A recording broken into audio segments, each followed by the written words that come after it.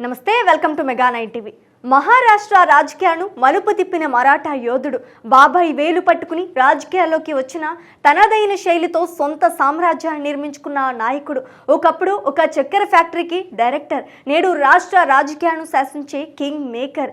ఉదయం 6 గంటలకే పని మొదలుపెట్టి పని రాక్షసుడు, ప్రత్యర్థుల ఎత్తుగడలను చిత్తు చేసే రాజకీయ చాణక్యుడు. సహకార రంగమే పునాదిగా, బారామతి కంచుకోటగా, ఉప ముఖ్యమంత్రి పీఠమే లక్ష్యంగా సాగిన అజిత్ పవార్ ప్రయాణం అద్భుతం. వివాదాలు చుట్టుముట్టిన, విమర్శలు వెల్లువెత్తిన, తొనకని బెనకని అజిత్ దాదా రాజకీయ ప్రస్థానంపై మెగా 9 టీవీ స్పెషల్.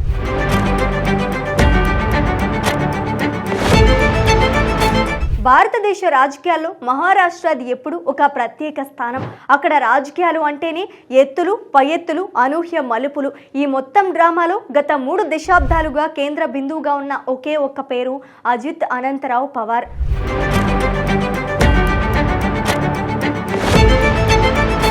ఎన్సీపీ అధినేత శరద్ పవార్ సోదరుడి కుమారుడిగా రాజకీయాల్లోకి వచ్చిన అజిత్ పవార్ కేవలం ఆ పేరుతోనే నెట్టుకు రాలేదు. తనకంటూ ఒక బలమైన క్యాడర్ను, పరిపాలనలో ఒక మార్క్ను సృష్టించుకున్నారు. అసలు అజిత్ పవార్ రాజకీయ ప్రవేశం ఎలా జరిగింది?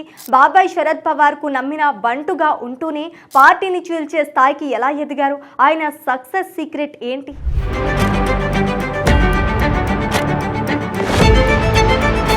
అజిత్ పవార్ రాజకీయ పాఠాలు నేర్చుకుంది స్కూల్లో కాదు, సహకార రంగంలో. మహారాష్ట్ర రాజకీయాలకు పట్టుకొమ్మలైన చక్కెర కర్మాగారాలే ఆయనకు మొదటి రాజకీయ బడి. అజిత్ పవార్ 22 ఏళ్లకే రాజకీయాల్లోకి వచ్చారు. 1982లో సహకార చక్కెర కర్మాగారం పాలక మండలిలో సభ్యుడిగా తన రాజకీయ ప్రస్థానాన్ని మొదలుపెట్టారు. అక్కడే ఆయనకు రైతుల కష్టాలు, గ్రామీణ ఆర్థిక వ్యవస్థపై పూర్తి అవగాహన వచ్చింది. కేవలం ఫ్యాక్టరీకే పరిమితం కాకుండా 1991లో పూణే జిల్లా సహకార బ్యాంకు చైర్మన్ గా ఎన్నికయ్యారు. ఏకంగా 16 ఏళ్ల పాటు ఆ పదవిలో కొనసాగారు. బ్యాంకును లాభాల బాటలో నడిపించారు. ఇది ఆయన నాయకత్వ పటిమకు తొలి నిదర్శనం. ఈ అనుభవం ఆయనకు రాజకీయంగా ఎంతో ఉపయోగపడింది. క్షేత్రస్థాయిలో రైతులతో, కార్యకర్తలతో నేరుగా సంబంధాలు పెంచుకోవటానికి ఇది దోహదపడింది. అలా సహకార రంగంలో సక్సెస్ అయిన తర్వాత అక్కడి నుంచి గ్రామ పంచాయతీలు, జిల్లా బ్యాంకులు, పార్లమెంట్, అసెంబ్లీ అలా అంచెలంచెలుగా ఎదుగుతూ వచ్చారు.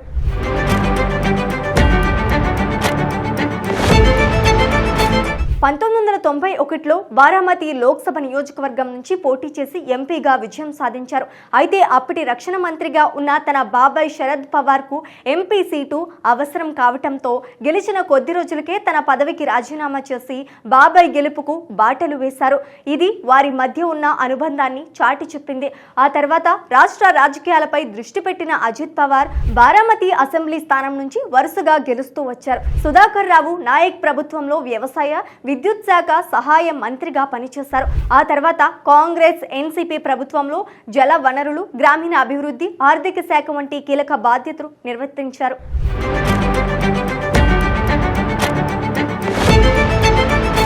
మహారాష్ట్రలో అజిత్ పవార్ను అందరూ ప్రేమగా అజిత్ దాదా అని పిలుస్తారు.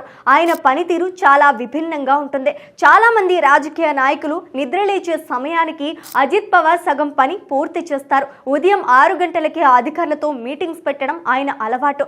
ఫైల్స్ పెండింగ్ పెట్టడం ఆయనకు అస్సలు నచ్చదు. ఆన్సర్ ఏదైనా ఆయన ముఖం మీదే చెప్పేస్తారు. ఈ ముక్కుసూటి తత్వమే ఆయన్ను ప్రజలకు చేరువచేస్తుంది. పాలనపై ఆయనకు విపరీతమైన పట్టు ఉంటుంది. అధికారులను పరుగులు పెట్టించడంలో ఆయనకు ఆయనే సాటి. అందుకే ఏ ప్రభుత్వం వచ్చినా పరిపాలనా దక్షత కోసం అజిత్ పవార్ను కీలక పదవుల్లో కూర్చోబెడతారు.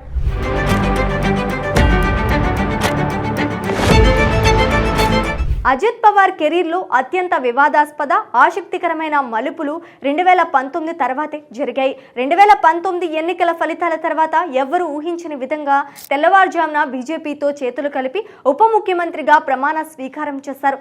అది కేవలం 80 గంటలకే నిలిచిన ఆయన తెగువను చూపించింది. ఆ తర్వాత మళ్ళీ సొంత గూటికి చేరి ఉద్ధవ్ ఠాకరే ప్రభుత్వంలో డిప్యూటీ సీఎం అయ్యారు. తన బాబాయ్ శరద్ పవార్ స్థాపించిన ఎన్సీపీని చీల్చి మెజారిటీ ఎమ్మెల్యేలతో ఎన్డీఏ కూటమిలో చేరడం దేశ రాజకీయాల్లోనే సంచలనం. రాజకీయాల్లో భావోద్వేగాల కంటే వాస్తవికత ముఖ్యమని నమ్మే అజిత్ పవార్ అధికారం కోసం, అభివృద్ధి కోసం ఎలాంటి నిర్ణయమైనా తీసుకోగలనని నిరూపించారు.